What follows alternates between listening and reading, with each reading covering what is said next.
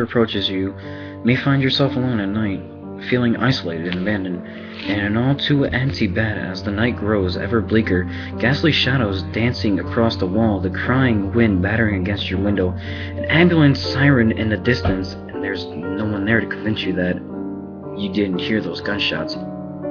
There's no one there, no one there. Do not be afraid. He waits for you.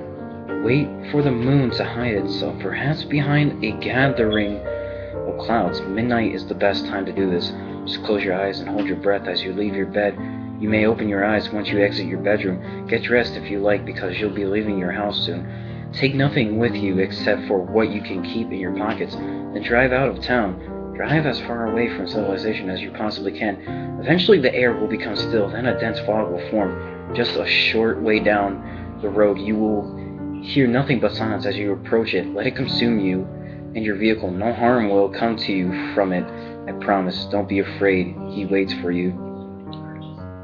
The fog will lift. You will see a dimly lit motel, stranded and alone in the night. Just like you as you walk inside, notice that there is no one else there. The only sign of human inhabitants will be a small key on the front desk.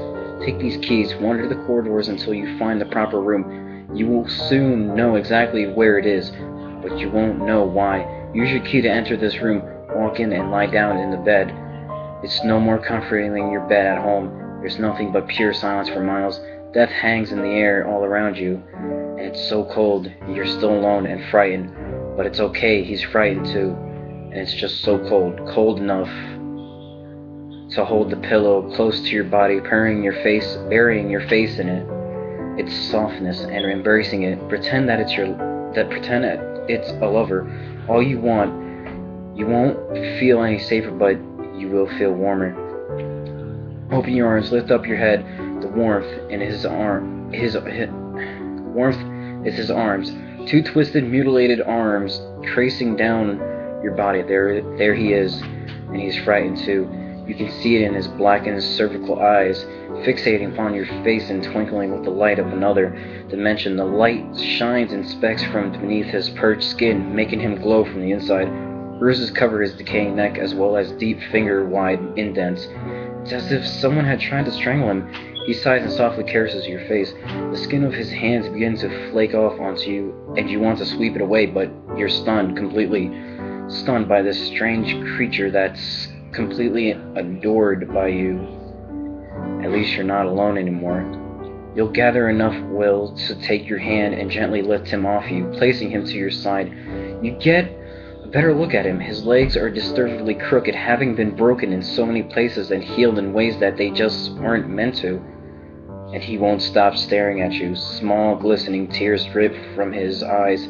He shivers and trembles, trying to form words with his torn mouth. You can't tell exactly what he's trying to tell you. It doesn't matter for now.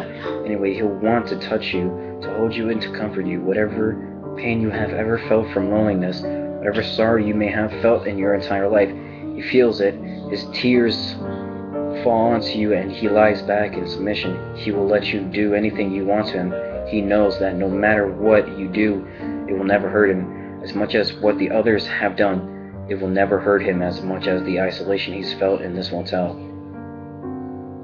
As you gaze upon his twinkling eyes, you may gain a sudden urge to mutilate him and punish him for existing the way he does, but please be kind. He loves you, and after all, spend the night with him. He'll let you do anything, and he won't be able to speak, but be sure to leave the room before sunrise. He'll do everything in his power to keep you from leaving. He'll grab onto you, cry and scream at you. Tears will keep gushing from his glowing eyes, disintegrating his skin even further, but no matter how much you pity him, leave, resist him, and leave. If you don't, you will be forever trapped and doomed to live the same existence that he does. Do not let him follow you. Just close the door behind you and lock it. You're alone again.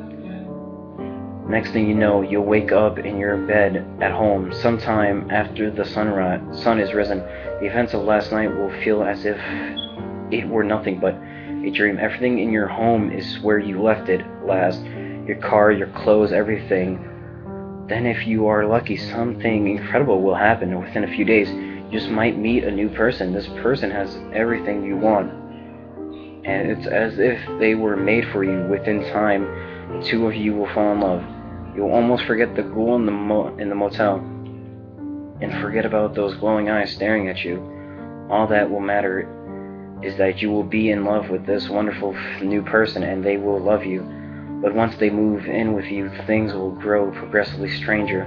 As you lie together in bed, you might hear a faint scratching on the door and an all too familiar cry, but do not worry, your companion will keep you from becoming too worried about it.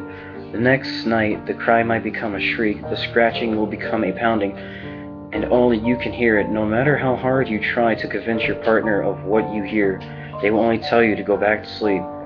And one night you will notice that the noises have vanished. Nights will be peaceful again, and it will just be you and your partner.